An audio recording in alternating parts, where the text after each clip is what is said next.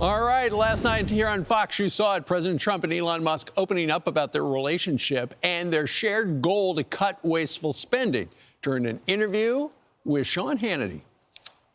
Elon called me. He said, you know, they're trying to drive us apart. I said, absolutely. I wanted somebody really smart to work with me in terms of the country, a very important aspect. The president is the elected representative of the people, so he's representing the will of the people.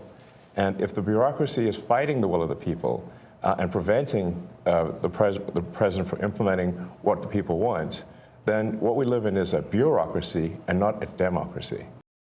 This all comes as Democrats and some in the media are fixating over who exactly is running Doge rather than the jaw-dropping findings about government waste, which is widespread. Here to react is Fox News contributor Guy Benson. Guy, good morning to you. Hey.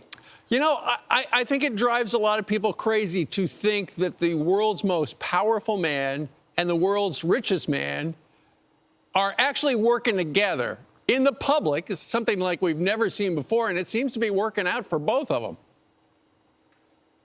Yeah, one of the things that was striking to me last night was this response by the two of them sitting there together, just the visuals of it. We've seen this argument from the critics. Well, who elected Elon Musk? And I think that's a weak point for a number of different reasons.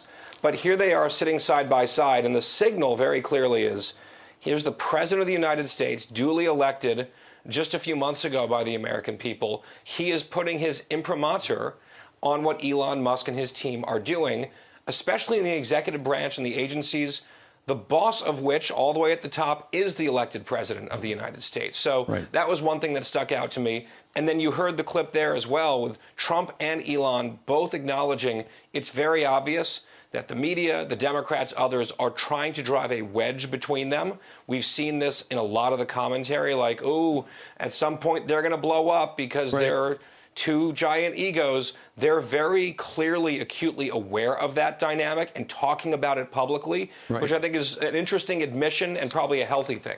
Well, in fact, we've got a little snippet to show you from another channel. Here is White House Deputy Chief of Staff Stephen Miller, who's asked, hey, who exactly is running that thing? Watch. So who is in charge of Doge? The President of the United States. He's the administrator of Doge? No, the Doge is what was formerly U.S. Digital Services. It's an agency of the federal government that reports into the office of the executive office of the president, which reports to the President of the United States. And he's accurate. I mean, they've changed that department. Now it's Doge, but it is the president at the top of the flow chart.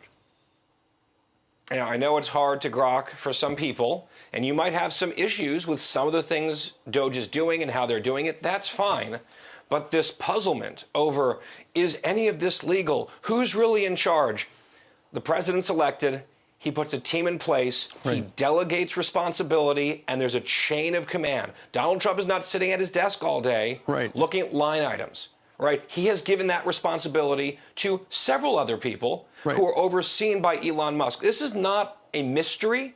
In many ways, it's not unusual in our government, but I guess it has to be spelled out for some of the people who are at least playing dumb. Well, and to your point, Guy, you've got the president. He's the big picture guy. And then right next to him is the guy explaining what they're doing. And he knows to a granular level exactly what Doge is doing. And ultimately, to your point as well about, some people might not be happy about what's happening, but nonetheless, they are being quite transparent in explaining what they're doing and why they're doing it. Right. So many bureaucrats, speaking of unelected people, forever, for decades and decades, they move our money around in the shadows, And sometimes it gets a little bit exposed. Often no one knows a thing. Here you have two people committed to reducing a lot of the waste and the fraud and the abuse, and there's plenty of that to go around that should be cut down, and they're giving nationally televised interviews about it together.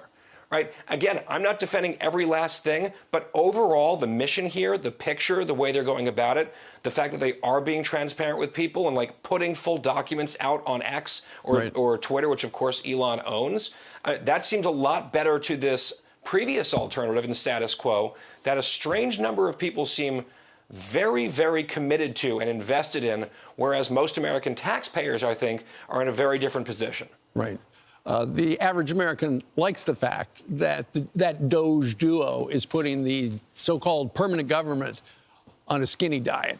So let's see what happens. Guy, thank you very much for joining us today from Washington. You bet. You bet.